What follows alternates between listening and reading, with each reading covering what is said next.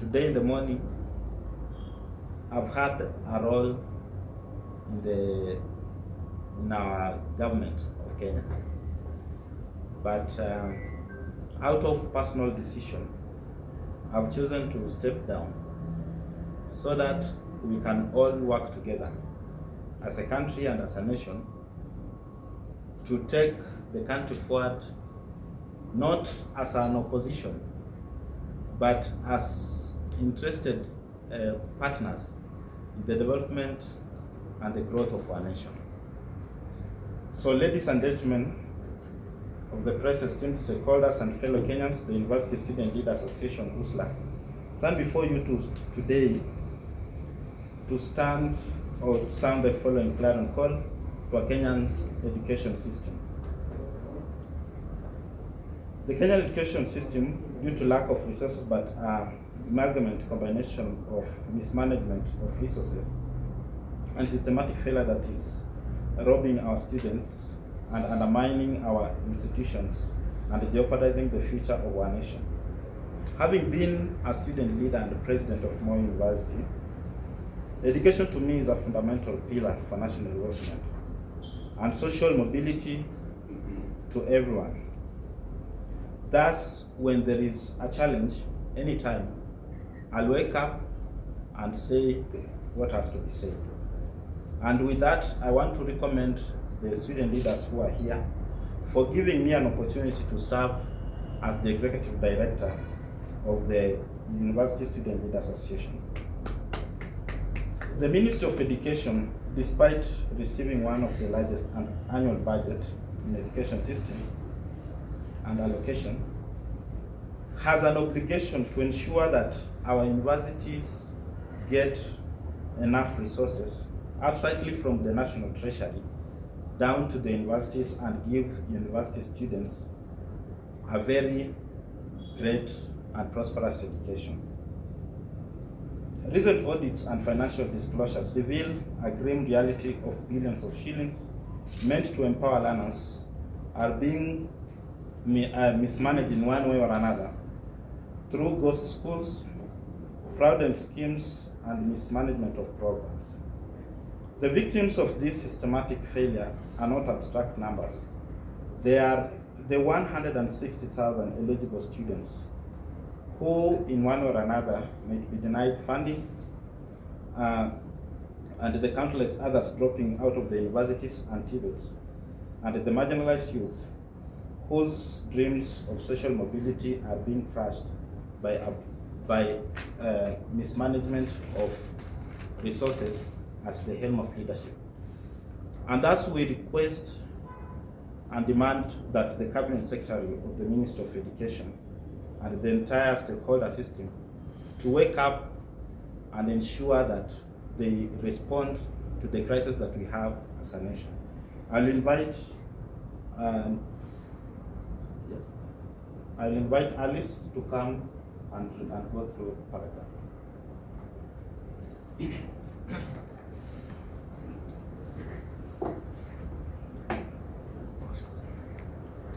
Alice, President, African Nazarene University in Rongai. Beyond the immediate funding gaps, lying a festering governance crisis in public universities, Kenya's university system is currently staring down a debt abyss of 72.2 billion shillings, with 25.9 billion shillings owed in employer pension contributions alone. This poses a constitutional and ethical concern. Thus, tens of thousands of retired or retiring lecturers risk falling into destitution due to institutional insolvency. Pension liabilities are not merely bookkeeping items, they are a statutory and contractual obligation protected under Article 43 of the Constitution and the Employment Act.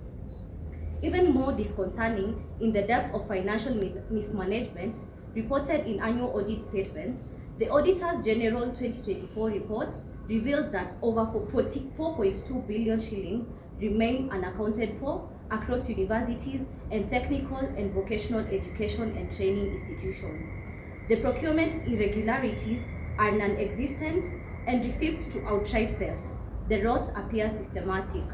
Yet, despite all these repeated warnings, parliamentary oversight has failed to yield sustainable accountability.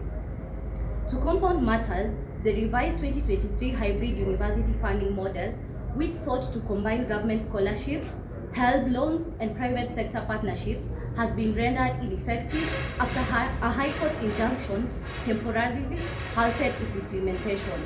The legal uncertainties surrounding the model have paralyzed planning in most of the institutions, and without urgent stakeholder engagement, the start of the new academic year could be delayed or proceed under conditions of extreme dysfunction.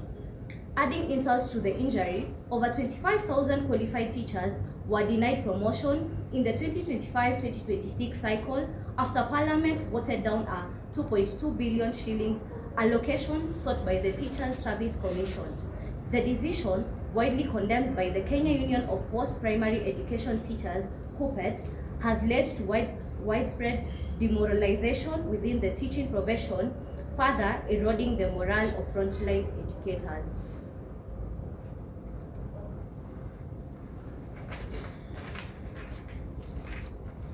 So thank you, the media houses, for joining us for this first press release by University Student Leaders Association. My name is Karel Omoyo, and I'm the Secretary General for the University Student Leaders Association, which also happens to be the only legally registered organization for student leaders in Kenya. So today we are gathered here because we have a crisis in the education sector in Kenya, and we cannot continue like this. We, as the student leaders in this country, have decided that we are going to stand united and fight for the rights of the students that we lead in our various institutions. I'll go through my bit of the release. So, what are we calling for? We are calling for a student-led solution, a convening of a national stakeholders dialogue. Who are the stakeholders? These are the students, these are the student leaders, the lecturers, the Ministry of Education, and all development partners that have an interest in bettering the education system in Kenya. In response to this multidimensional crisis, the University Student Leaders Association of Kenya hereby proposes an urgent national intervention. We are calling for the immediate convening of a joint multi-stakeholder dialogue session under the auspices of the Ministry of Education, in coordination with, number one, the student leaders who are represented here from all accredited universities and tertiary institutions, HELB, the University Fund, and other statutory financial arms of the government. We are also calling upon the Department for Higher Education, the State Department for Higher Education, the Parliamentary Committees on Education and Budget, the Vice Chancellors and the University Management Bodies, civil society organizations, development partners, and education economists. The objectives of this dialogue is to formulate and publish a joint stakeholder report under the working title Rebuilding Trust and Sustainability in Kenya's Higher Education Financing, a multi-stakeholder response to the 2025 crisis.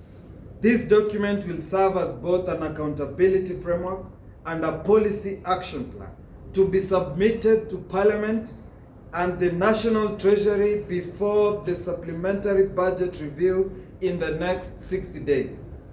The goals of this proposed forum are to conduct a diagnostic assessment of governance failures and systemic inefficiencies within the higher education financing structure. We are here also to co-create reform measures, including a legal and a structural overhaul of the HELB system, with a view toward eliminating fraud and expanding the student support. We are also here to propose a short-term student relief option, tuition waivers, and hardship funds in response to this year's funding paralysis. We've heard from the Ministry of Education that and the Ministry of Finance that they are currently experiencing problems with the financing of the students that are supposed to be joining in September. We are here to call on the government that we need to find a solution between now and the time that the new students will be joining in September. Thank you. Comrades wisdom, Wisdom. Comrades viva, Viva. Comrades wisdom, Wisdom. Comrades inject, Inject. The issue of education is something that cuts across whether you are pro-government or against government. I think this is something that affects all households in this issue. My name is Mark Oko. I am a youth coordinator at the National Students Council of Kenya, and I am very humbled to join the leadership of the University Students Leaders Association of this press. This fourth section, the University Student Leaders Association is not just giving reprimands, but also offering solutions. And on this fourth phase of it, it will be highlighted. As the University Student Leaders Association, entrusted with drafting this concept on behalf of the student body, I underscore that the right to education is not aspirational. It is a constitutional guarantee under Article 53, 1B, and an economic imperative for national development. Kenya cannot afford a generation of students whose academic future is mortgaged by physical recklessness and policy inertia. We now formally, 1, urge the Ministry of Education to facilitate and co-host this national dialogue with the next 60 days ahead of the next university intake. Secondly, request the Office of the President and Parliament to formally support this process through executive memoranda and legislative engagement. Third, call upon all university administration, civil society organizations, and professional bodies to endorse and participate in this effort to rescue and revitalize our higher education sector. Fourth, we further extend an invitation to institutional partners and development actors to lend financial and technical support to this initiative. Let it be remembered that nations do not collapse overnight, they collapse in silence. When those who should speak fail to do so. In this press release, the student leaders of Kenya have spoken clearly and collectively. We hope the nation is listening. Comrades, wisdom. Wisdom. Comrades, wisdom. Wisdom. The hottest places in hell is reserved for those who maintain neutrality in the moments of crisis. Comrades, wisdom. Wisdom. Comrades, inject. Inject. Comrades, power! Power. Comrades, power! Power. Comrades, viva! Viva. Viva, comrades, viva! Viva. Viva, comrades, viva! Viva. Comrades, wisdom! Wisdom. A man who tries to shake a baobab Yes. ends up shaking his own buttocks. Comrades, power! Power. We are here to call for solidarity from all students and all student unions that we must solve this crisis in the education sector. So we hereby invite any questions that the media might have. There's a question. You just stated that you've been given an offer. Unfortunately, you declined it. Can you clarify for us which kind of offer and it came for reasons? Thank you so much. Okay, fine. It's not an offer. I just stepped down out of the national interest to help provide leadership in the space of students in the entire nation and globally. As you may see, the University Student Leaders Association, it is not only mirrored here in Kenya. We being legally registered and being able to work with other legally registered stakeholders, we have the greater vision to provide this as a pathway to enable especially most of the students who are in the university to get quality, fair and equitable education. I've been a student leader as University President Moi University and even University President's Council a while ago. And I have realized why I accepted this offer to serve as the executive director of this caucus is because there is a serious, relentless matters around universities and higher education that need to be addressed. It's long before when we saw leaders who are addressing matters of universities in a more clear and a focused way. Since the times where there was a call of activism during the Babu Owino's time and era, and now where we have a kind of consultative, and that's why this is a consultative meeting. And I want to put out across there that this is not a fact of opposition. In fact, if anything, we are offering our knowledge, our wisdom, and skills to support the government where it is wrong, to tell it like that, hey, there is something here. Can we work on this policy and make it better for everyone? And I'm very sure that the president is in tandem with such an organization, and I'm very sure that the president would like even to have a moment with such an organization to listen to them, because we should be understanding that a president it should be somebody who listens, and he would like to listen more to understand where are the issues that the students are complaining about, because these are the future of our country. Okay, last one from my side. So you're calling for inclusive dialogue. I believe the Minister of Education had a steering committee in Mombasa. Some of you are involved in it. Some of the UN students were also involved in it. 2 weeks we had the UN presenting a petition to the Minister of Education and giving them a ultimatum of 24 hours to address their needs, especially in terms of accommodation and others, etc. You are giving ultimatum of 60 days. What if they won't fail? What's your next action? But then maybe there is Professor Munabu's report that is yet to be implemented, and your opinions went into that report. Now that you're calling for a second dialogue, that you bring in another report, will that not be a waste of the country? And what do you have to say about Professor Munabu's proposals, the improvement of university education? I think let me begin first by answering to you, nice lady, that we have had so many memoranda. The building of a nation does not just start with one recommendation.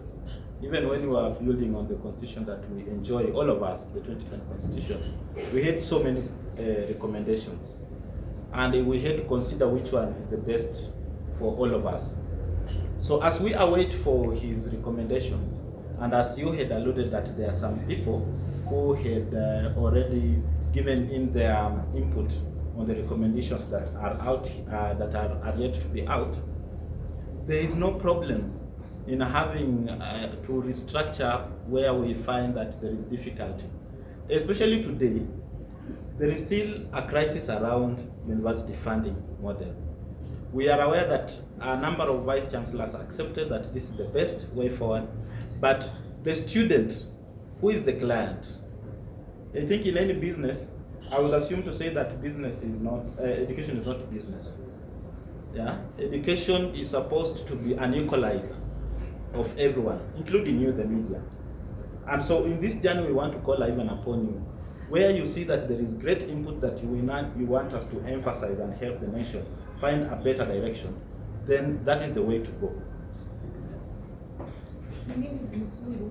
In regards to the new funding model, a few weeks ago we sat down with CEO Health Monari, and he mentioned that students this semester have only received their allowances but not tuition fee. So just a follow up on that, some of your students have their results been held because the tuition fee has not been paid by the health? Yeah, that one I want to ask, if you can answer. I want to ask my colleague to help respond, Maniki. Also in regards to that, the appeal process was also begun, and those who are not satisfied with the funds that were kept in the first time were called to appeal. How is the process so far? Have most of the students been changed to different funds? How is the situation in universities? Thank you so much for that question. My name is Joseph Maniki from the University of Nairobi. About the results, we have been receiving our results from last week. First year, second year, third year, 4 years, and 5th years and 6th years. And my faculty, which is Ramo, I think we have received results. Even if not all of them, we have started receiving our results. So there is no barrier. But also, you mentioned about tuition fee. I think even the people who are waiting for the tuition fee, still their results are being uploaded. About the issue of, what was the question? Appeals. The appeals. The process of appealing, it was a little bit difficult for some people. But I remember in 2 scenarios. There are students who applied, they were in band 5, they appealed and they were placed in band 2. But it took some, I think it was around 1 week for it to accept. Yeah. Thank you. Thank you. I'm Ivan Skiprono, President Mount Kenya University.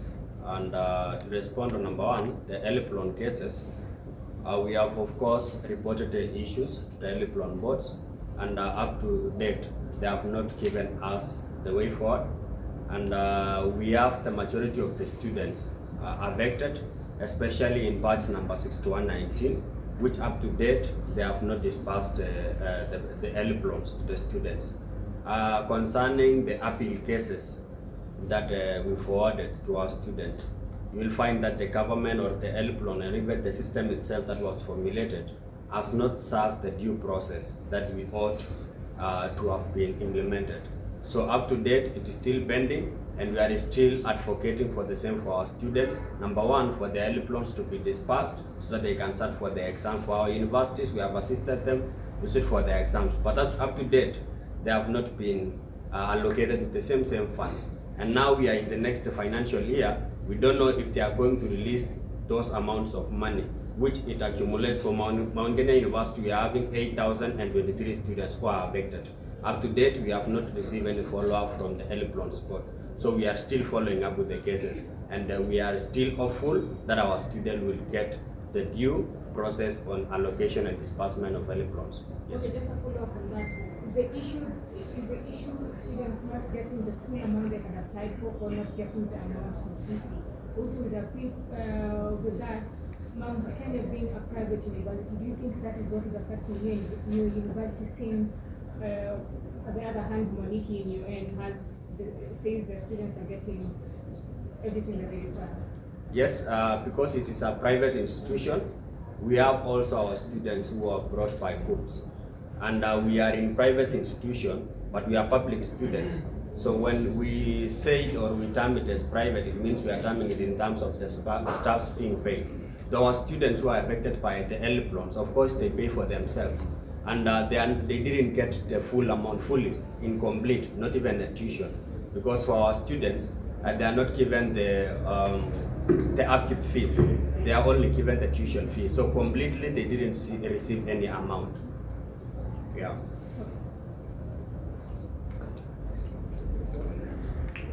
Okay, thank you. My name is Yasin Kefokari, Secretary.